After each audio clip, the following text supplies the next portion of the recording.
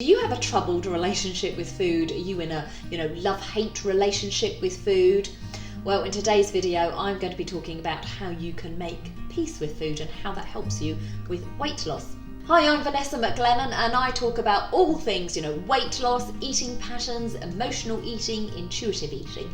I'm a clinical hypnotherapist and I help you get to the root cause of your eating patterns so that you can step away from that diet cycle and lose weight for good.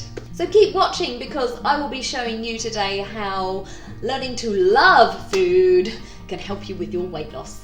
So you are in a coffee shop waiting to be served, and while you're in that queue, you see all these really nice cakes in that window part. And you're going, I really like that chocolate cake. That is really, really nice. The icing looks so good. Oh, I'm a bit peckish, so actually I really, really fancy it. Oh my God, but I've been on this diet, and if I have it, then I'm just going to ruin it, and then I'm going to feel really, really bad. But I do deserve it because, I have been really good this week. Oh no, but then I don't, deserve it because, oh my gosh, it's going to ruin my diet. Oh my God, stop! As of course, when you get served, you hear yourself go, oh yeah, I'll have a slice of that cake, please. And then you just start beating yourself up about it. Go, oh my God, that's it. I've ruined it now. The diet has gone out the window. Well, that's it. I've ruined it, so I might as well just, have whatever I want now. And then, you feel, yucky with yourself. Oh, so instead of, tying ourselves up in these knots about food, it's learning to just let it go.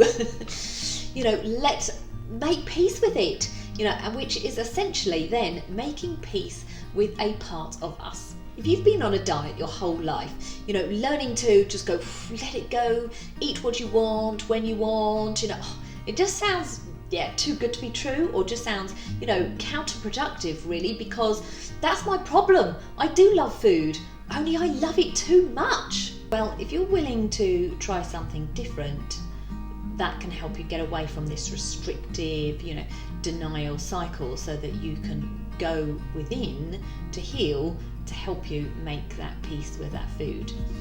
Wasn't it Einstein who said, madness is the sign of, doing the same thing again and again and expecting a different result? If you want a different result, come away from this horrible, horrible cycle, you have to do something different. So here are my 5 tips on what you can do to make peace with food. Number 1 is stop denying the food. So when we deny ourselves food, let's say I can't have crisps, I'm not allowed crisps today, so I'm not going to eat it.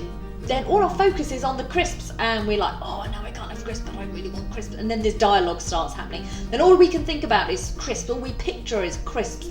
And then all we want are crisps. And so then crisps is just on our brains. And of course we then naturally fold and give in and we have crisps.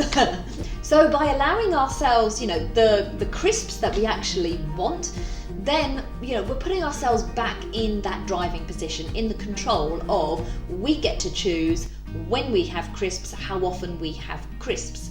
So when we perhaps give ourselves the permission to be in that controlling position and to be able to choose, we can then decide, okay, I'm not going to eat crisps every single day, but I will have a packet tomorrow, or I will have a packet just once a week.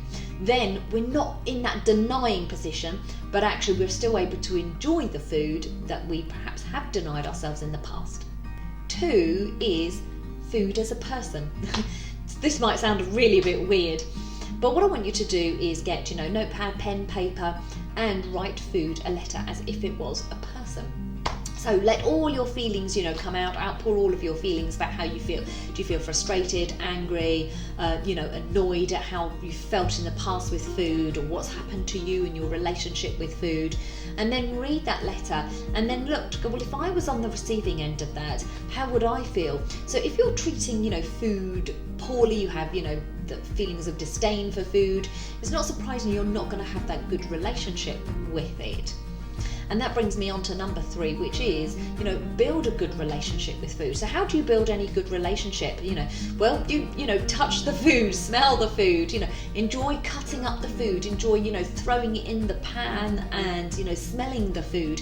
Enjoy doing the preparation and find ways to enjoy doing the preparation. Enjoy, dishing it up on the table. Talk to the food, notice like what you like in your fridge about the food. So it's all that, building that relationship of touching, smelling, just, being in tune with it a lot more, instead of, just eating out of packet food all the time. We are then, removed from what true food actually is. 4 is positivity. So find the positives in food. So you might have, a very negative relationship with food. And if you don't find any positives within it, then you're not going to build that relationship, nor are you going to find peace within it. So it's finding positives that you like about food. Now you might think, well, I do like food, that's the problem, that I eat too much. But what I'm talking about is not just going food as a whole. It's actually, breaking down food and thinking about what the positives are about each of the food that you're eating. How fulfilling does it feel? Do you, even if you're eating pizza, do you actually, what do you like about the flavors? What do you like about the way it's cooked? So it's just taking that bit of time to think about the positives instead of, oh my gosh, is it going to make me feel fat? Am I going to feel horrible? Is it filled with, 1 million calories? And it's like, no wonder you're not going to enjoy the food. So it's finding the positives, even if it's a piece of cake, to go, well, actually, it's a beautiful piece of cake. It's very light, it's very fluffy. I'm going to enjoy it now, and that's okay. And then I'm going to be able to let it go. And 5 is forgiveness. So part of building a relationship and building, peace with food is, forgiving, either forgiving food and or forgiving ourselves. So again, it might help to just write it all down. What do we truly need to forgive ourselves for? What are we not, happy with ourselves for? Even if it's not about food, it doesn't matter. Just pour it out, because in some way there might be a relationship, and I'm sure there is, between you not feeling good and the food that you're eating. So the better that you can, forgive yourself around anything that's happened to you around the food, then you're building that relationship. So comment below on what's your relationship like with food. Let me know which of these tips that you would love to try. And if you like this video, please give it a thumbs up and click the subscribe button, click the bell to be notified of my next video. And I bring a video out every single Thursday, so I shall see you next week. Thank you very much.